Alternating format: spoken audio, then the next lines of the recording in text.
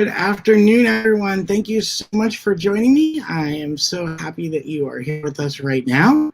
Again, my name is John Shoemaker from the Department of Educational Technology here in Palm Beach County, Florida, for the School District of Palm Beach County.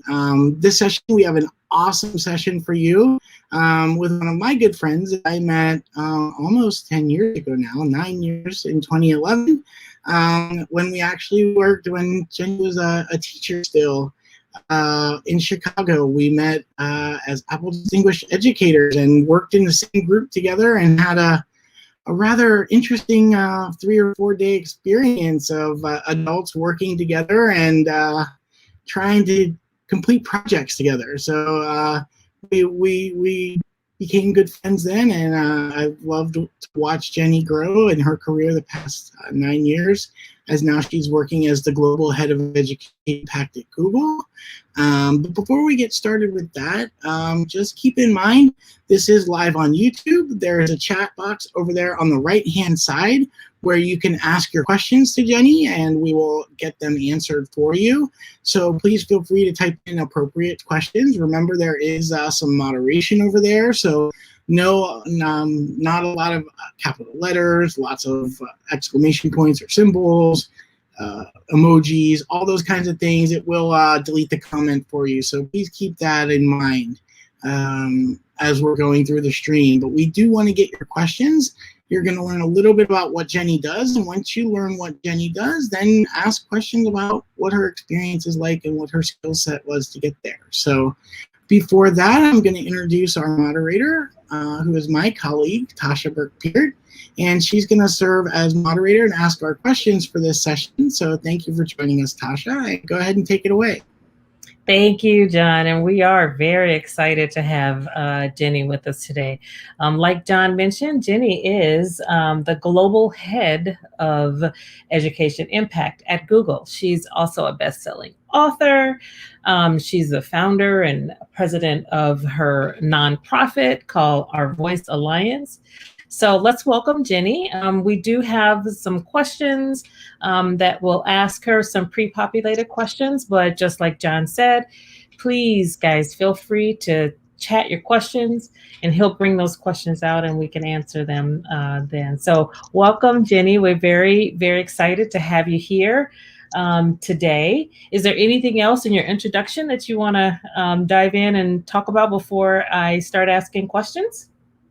No, I guess like as John and you mentioned, I was a longtime educator. I taught in the classroom for over a decade, and then I was a school and school districts administrator. And so being able to be here today virtually with students is the highlight of my day. So thank you for giving me this opportunity to put my educator hat back on. Really excited about that. Thank you. So first question. We know that Google is huge, the biggest search engine there is. And I know that there's a lot of different jobs that people have at Google in order for everything to run the way that it does. Can you talk to us about your role as the head of education impact and what exactly does that mean? Yeah, absolutely. So my role is kind of fun. I get to be someone who gets to work between lots of teams to help them think more about how we can be better partners and supporters of education stakeholders. So that means students, teachers, administrators, parents, communities. So basically what that means is if you think about everyone at Google who works on education, we have the people who build the tools. We call them the product team. So they build things like Google Classroom, they build things like G Suite, Google Docs, Google Drive, all that Jamboard, all the great things that you use to learn and to interact with one another, Google Meet. And then we have our team that communicates with educators. So they run programs, they support educators in training. We have another team that helps everyone understand what Google does. And so that's the team who communicates, who, I don't know if you saw the ad a commercial on TV during Teacher Appreciation Week about appreciating teachers. They put that together. And then we have another group that works directly with school districts to help them be successful in using Google products. So my role is to work across all of those teams and help them to think from a student perspective, from an educator perspective, how are we being the best versions of ourselves and making sure that all the work we do every day is creating powerful and positive impact for the educators and students they serve.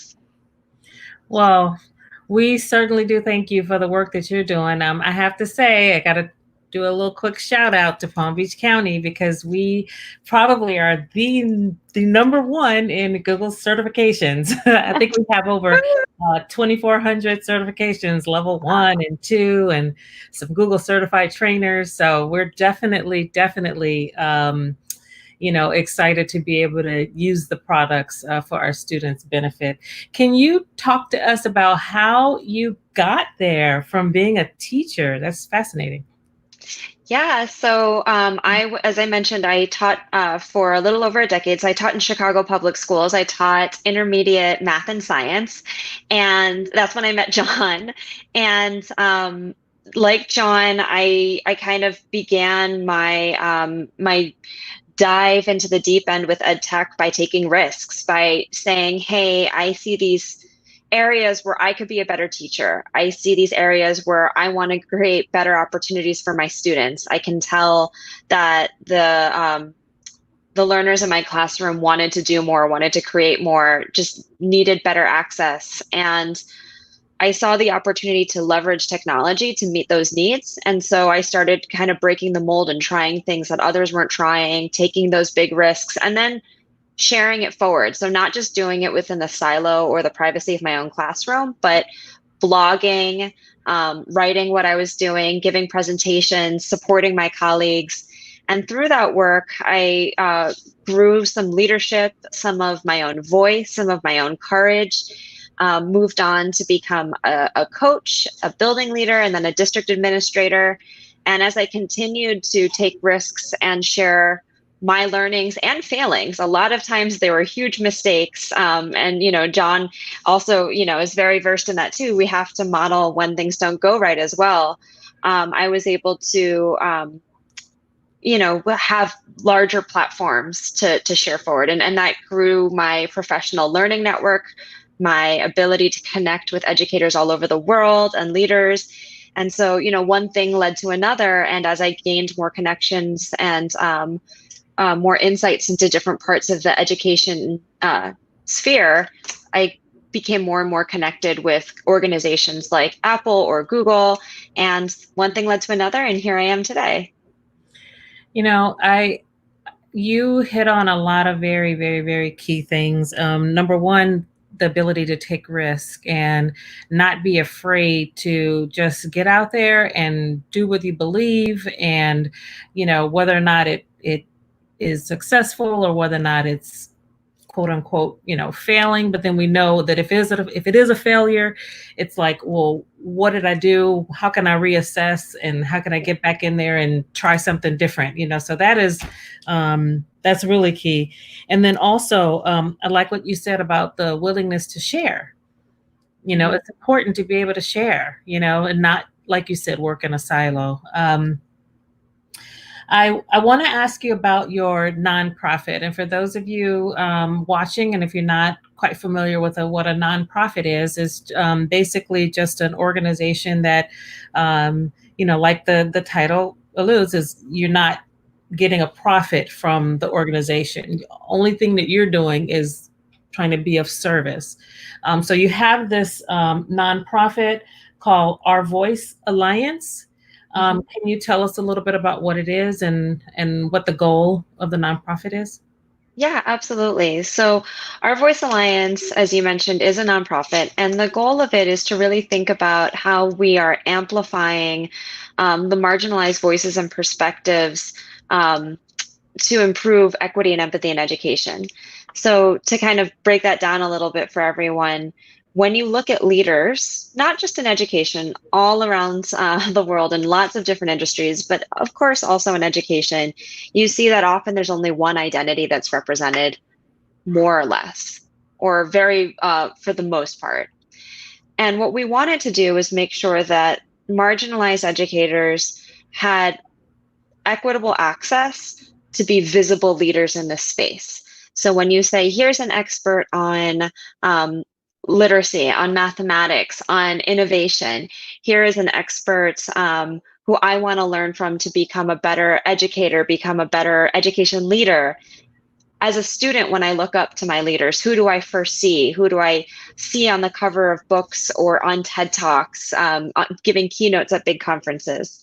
So the point of our Voice Alliance is to say that there are lots of educators who identify in marginalized groups who are incredible experts in this space, but aren't being seen on large stages, rather they be physical stages at events or metaphorical stages, like, being seen online as an expert. And so our Voice Alliance has this academy that we run specifically thus far with educators of color to help them build their voice, build their brand, and get more visible notoriety in our space, so that we're creating more representation and equity when we look to experts in the field, so there isn't a single voice telling the story of education. Yeah, I actually believe that I saw a webinar where you had the poet laureate from, where is he from? Grand Rapids, Michigan. Grand Rapids, Michigan. That's right. Yeah, that was actually very, very, very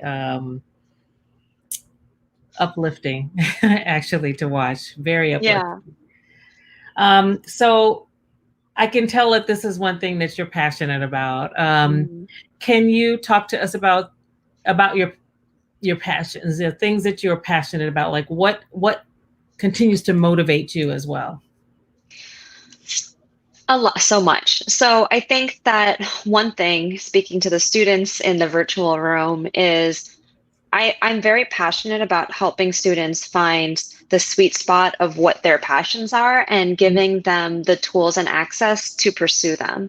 So I think school is doing its best job when we can help each individual student in our classrooms, whether they're here in 3D or virtually through a screen, to figure out what really drives them and then give them the tools to really pursue that and unpack that. And some students might say, oh, well, then why do I have to go to math class? Why do I have to go to this literacy or reading class? Why do I have to go do science if I'm interested in sports or video games or music or dance? And I would say, as an older person who is pursuing my own passions, I find that I have to use all of these interdisciplinary studies in everything that I do all the time. So, for example, when I decided that one of my passions was equity and trying to find ways where we can help balance the scales of systemic injustice to support people who, through systems of injustice, are not heard, I'm having to use my math muscle all the time to figure out how am I going to file for the Illinois State nonprofit registration, and can we afford it, and how do we fundraise, and how much money do we need to fly people out here? I'm having to use my English language skills all the time and writing emails. We had to cancel an event because of coronavirus, so I wanted to make sure that my email was short, had a main idea, had the correct details, was eloquent. I'm using science to research what's happening with the coronavirus, to think about, is it safe to bring people together? When will it be safe? When will I feel okay having an event, bringing people together physically without risking their safety? I use physical movement all the time. When we bring people together in these spaces and we spend 3 days together, I don't want them sitting in a chair for 12 hours a day for 3 days. So we think about like what's right for the human body in terms of like getting up, changing the types of activities we're doing the day so that they're not just sitting and looking at a screen for an entire day. So if you would rewound time and asked, 12, 13, 17-year-old Jennie, like, do you think you're going to need these? If you're going to found a nonprofit on equity, I would have been like, no, I just need to do social studies. But I'm finding that I need all of those things. So as an educator, what's really important to me is helping young people understand that we see you, we care about your passions, and let's then help teach you through a lens of how do we help you pursue those passions. Thank you, Jennie. It's you're so great with your answers, because in that wonderfully comprehensive answers, you answered several of the questions that we already had here. So I'm sorry if it sounds like I'm repeating myself, but there is one thing that you hit on when you're talking about the skills that you need for your nonprofit. I would like for you to talk to students a little bit about, preparing for tomorrow's jobs, not today, but how things are changing and changing quickly. And, you do need those fundamental core skills, communication skills and math skills. And, those things aren't going away. You need them. But what other things do you think students need in order to prepare for the types of jobs that we're going to see in the future? I think so. There's so much that you could talk about here, but some things, recently I was part of a team that was hiring someone, and when we were looking at the candidates, we wanted to make sure that they had the core skills for sure. They actually had to do a lot of research for us. So I needed to know that they could do qualitative research. They could read large bodies of written content and synthesize it and then summarize it for us. They needed the mathematical skills to be able to take a bunch of data and find patterns within it.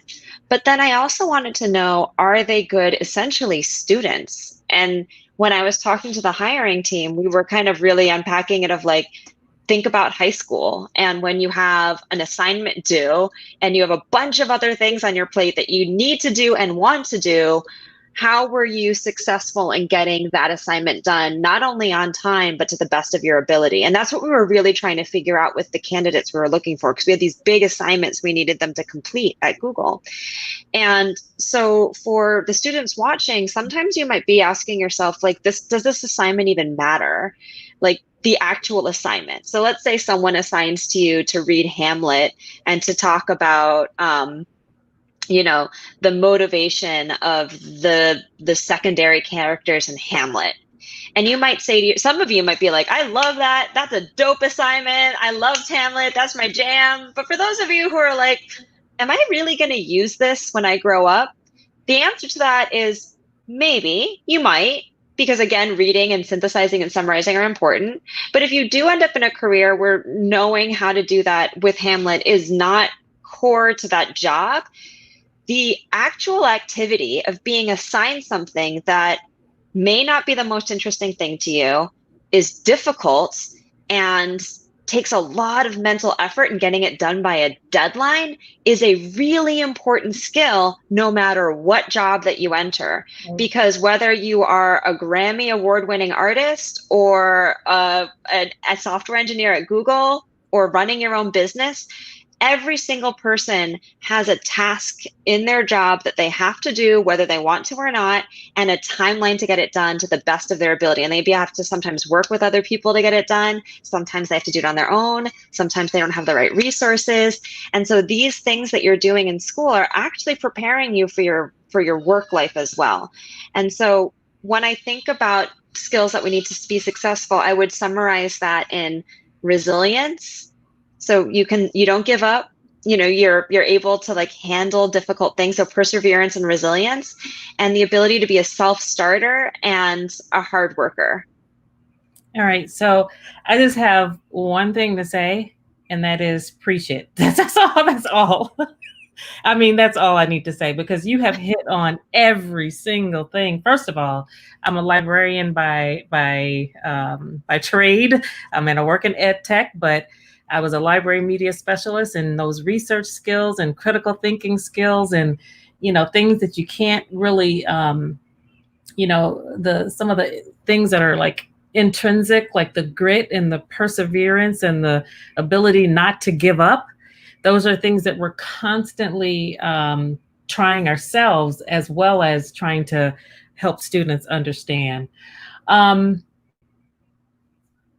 So we have a question from Felix that I want to throw in. Did you have to go to college to be hired at Google?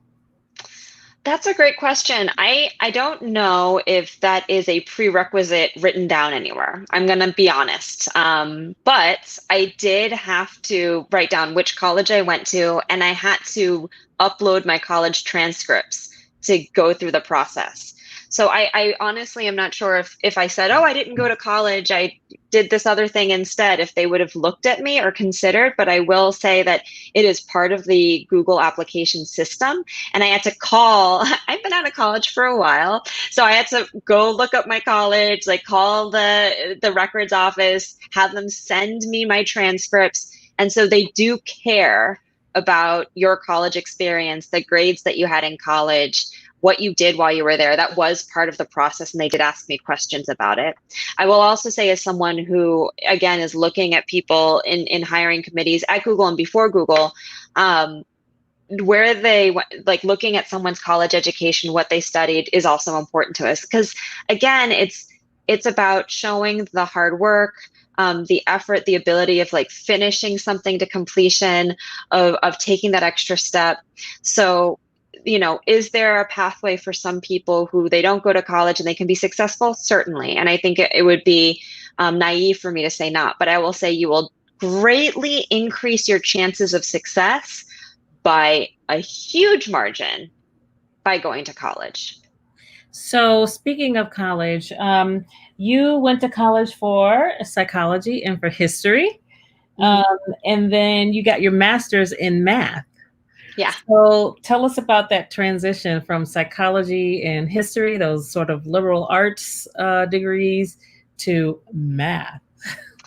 I hated math my whole life. So I was the kid who was in class really frustrated with math. It was my worst grade on my report card from first grade through, all the way through college. And it was hard for me. It was hard for me for a lot of reasons. One is there's a sociologist named Dr. Claude Steele who talks about something called the stereotype threat. And the stereotype threat is when you belong to a group of people and you have that identity. And for me, in this case, it's the fact that I'm Asian American. And there's a stereotype about that people. In this case, Asians are good at math. It can have an impact on your performance.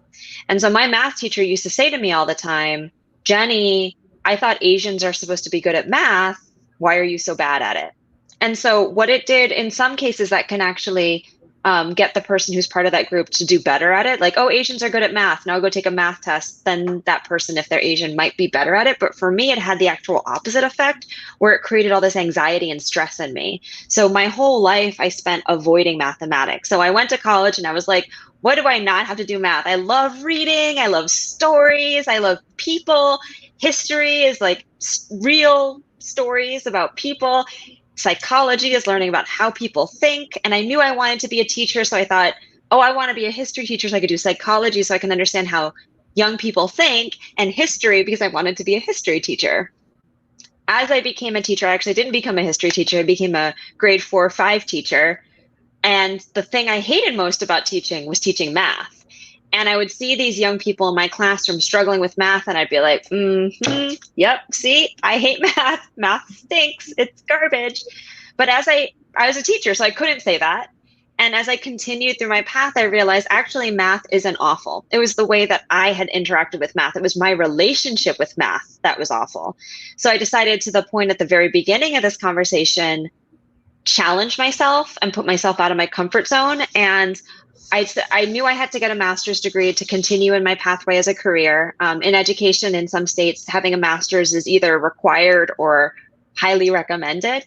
And so I knew I had to go back and get a master's. So I was like, what should I get my master's in? I was like, I'm going to get my master's in math. And it actually opened up a whole new world for me because I approached it from a completely different mindset. I selected math courses that really spoke to me. And now I am a math lover. I love mathematics. I see it as a creative, almost a liberal arts topic. Like, I think I see the magic and art of math. And so I actually became a math teacher. So I went from teaching all subjects to just math and science. And it was my goal to work with my young people who hated math to make them converts like me.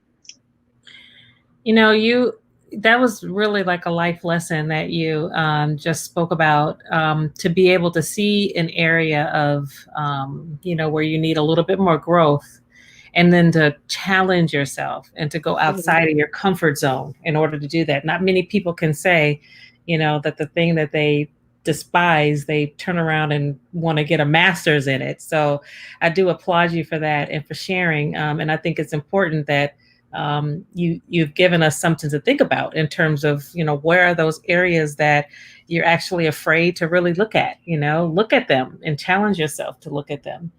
So speaking of challenges, can you talk to us about some that you faced in your career? Oh, so many. I think that one challenge is choice. So and many of you who are in school, for those of you who are maybe seniors trying to decide what your next step is, even like picking your courses for next year, picking your college, it's really hard. And I think that no, it doesn't end. So I remember trying to decide which college to go to. Should I go to this college in New York City? Should I go to this smaller college in a more rural area? And like being worried that if I made the wrong choice, like I was going to ruin my life. And that continued throughout my career. Like, should I stay in the classroom and keep teaching, or should I go become a technology coach? What if I hate it? What if I, really miss kids? The next thing, like, should I go to be a building leader? Should I go to be a district? Should I work at Google? Like, oh no, am I going to make a horrible decision? And that anxiety never goes away. But what I can say is at the other end of that decision, each time you make a decision in your career, in your life, it's not a forever decision. And I had moments where I made a choice that I don't think was the best choice. But I did two things. I made the best of the choice once I was there, and I looked for ways to change my situation when it was the right time. And knowing that the choice you make is not the last choice you'll ever make can help alleviate some of that anxiety. And I also just want young people to know, like, that anxiety or that conflict that you feel when you're making a choice is absolutely normal, but don't let it stop you from making that choice. Yes, making a choice is much, much better than not making a choice at all. Because, I mean, by not making a choice, you really have made a choice as well. Can you talk to us about a typical day? Like, what's a typical day like? And this is maybe do a little bit of a comparison between, before our COVID crisis and then now. Yeah, so I actually started at Google just about a month before the COVID crisis started. So before that, I was at Google physically. I walk to the office. I live really close to Google Chicago. I'm here in Chicago. And so I'd walk to the office and I would work out. So there's a nice gym in the office, and I would go to a class and meet other people. I would work out with people who would do all these different things than I do. Like, some of the people were working on building Google phones, the Pixel phones. Some people were working on software. Some people were working in sales. So like people who did lots of different things than me. And I really liked starting my day like that because I got to talk to people from different areas of expertise and passions.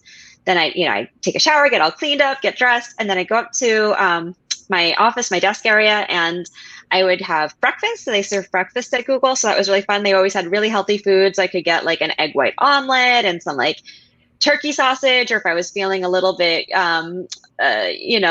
I worked out really hard today, I could get like a stack of pancakes and some bacon. And then I was in a lot of meetings. So video meetings like this. So we had conference rooms that have big screens and cameras, and I could talk to a colleague in Singapore or a colleague in Germany, or a colleague, in New York. Sometimes I'd have meetings with people in 3D who are there at the office. We'd go to schools and work with educators, and we'd have events for teachers and for students. One of the first things I did was have a film festival for Chicago students to come who had created their own films. And we were giving them kind of like an Oscars Academy Awards moment where we were screening their films and handing out awards. That was a lot of fun. since coronavirus, I'm here in my house at home here in Chicago, and I am in my own office, and I'm doing video meetings like this all day long. So we don't get to do physical events with students and teachers anymore, but I'm doing things like this where I'm interacting with educators and young people through the magic of technology, and then in meetings all day to think about how we can continue to do good as an organization to support schools like yours.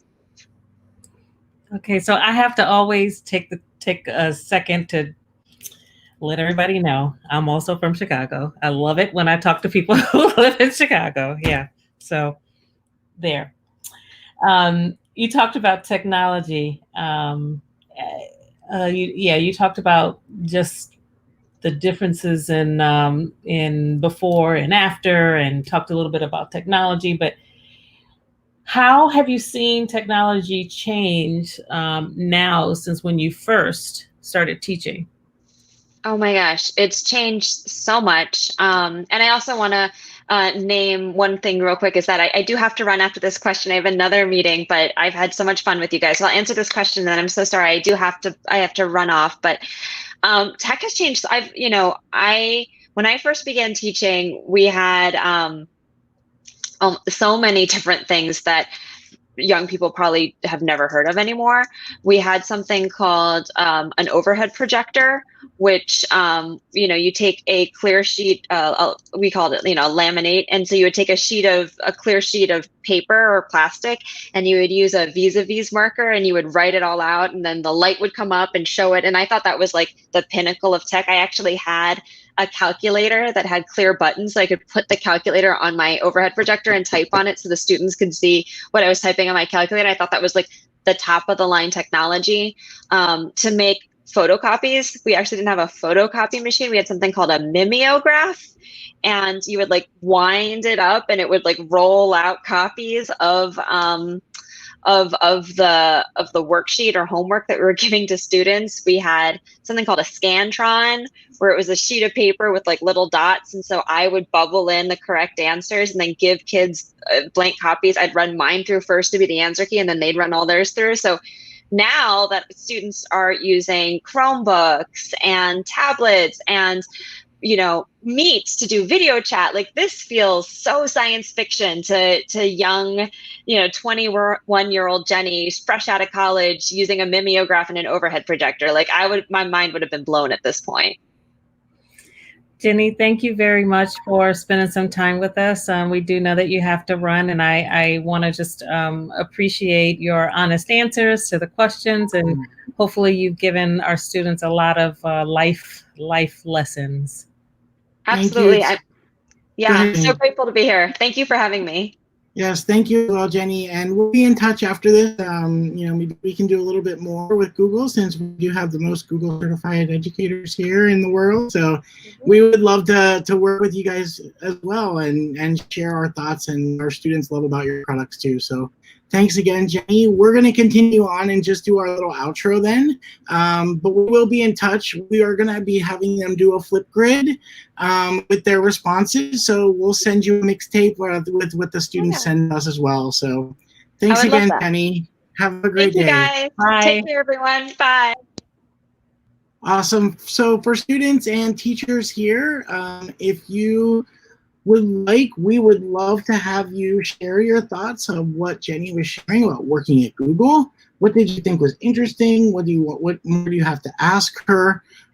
We would love to know what you're thinking. So in the chat, there is a link to the Flipgrid, but you can also scan the QR code to get there as well. And then you'll be able to do that 30-second selfie video for us. So we would love to see your feedback there. For our teachers in the room, don't forget we have our virtual learning experiences website. It's part of our main website, which is edtechtraining.palmbeachschools.org. And you can see on the left-hand side where it just says virtual learning experiences. All of these experiences are going to be available as recorded episodes that you can watch anytime, as long as YouTube still exists. It'll be there. All of the resources will also be there for each of our speakers. So please feel free to visit that site and continue to share the chats and the field trips with your kids. Also on that site, we have opened up the Remote Digital Learning Institute page. We're going to be hosting the Remote Digital Learning Institute on June 9th and June 10th. This, again, is for teachers only. So teachers, if you need some points or just want to come learn about some of the best ed tech tools out there to help us do more remote learning, perhaps if we're still here in the fall, please feel free to visit that and register. Again, 10 points if you attend day 1, 10 more points if you attend day 2, and it's going to be a great experience. And also, we have one more live stream left today, and that's going to be at 2:30 when we have our beauty panel. It's going to be a beauty and fashion panel where we're going to have some people who work in the beauty and fashion industry. So we're going to have a makeup artist, a creative director, and a stylist come talk about what their jobs are and how they do their jobs every day, as it may be an interesting career for you as well. And so with that, again, both Tasha and I want to thank Jennie. We appreciate her time. We know working for a company like Google, obviously, they have a lot to do, I'm sure. So if you're on Twitter, her Twitter handle is there. She loves chatting with people on Twitter as well. She shares some amazing things. But otherwise, Tasha, if you don't have anything else to say, we can end. Awesome. Thanks, everyone. Have a great day. Bye-bye.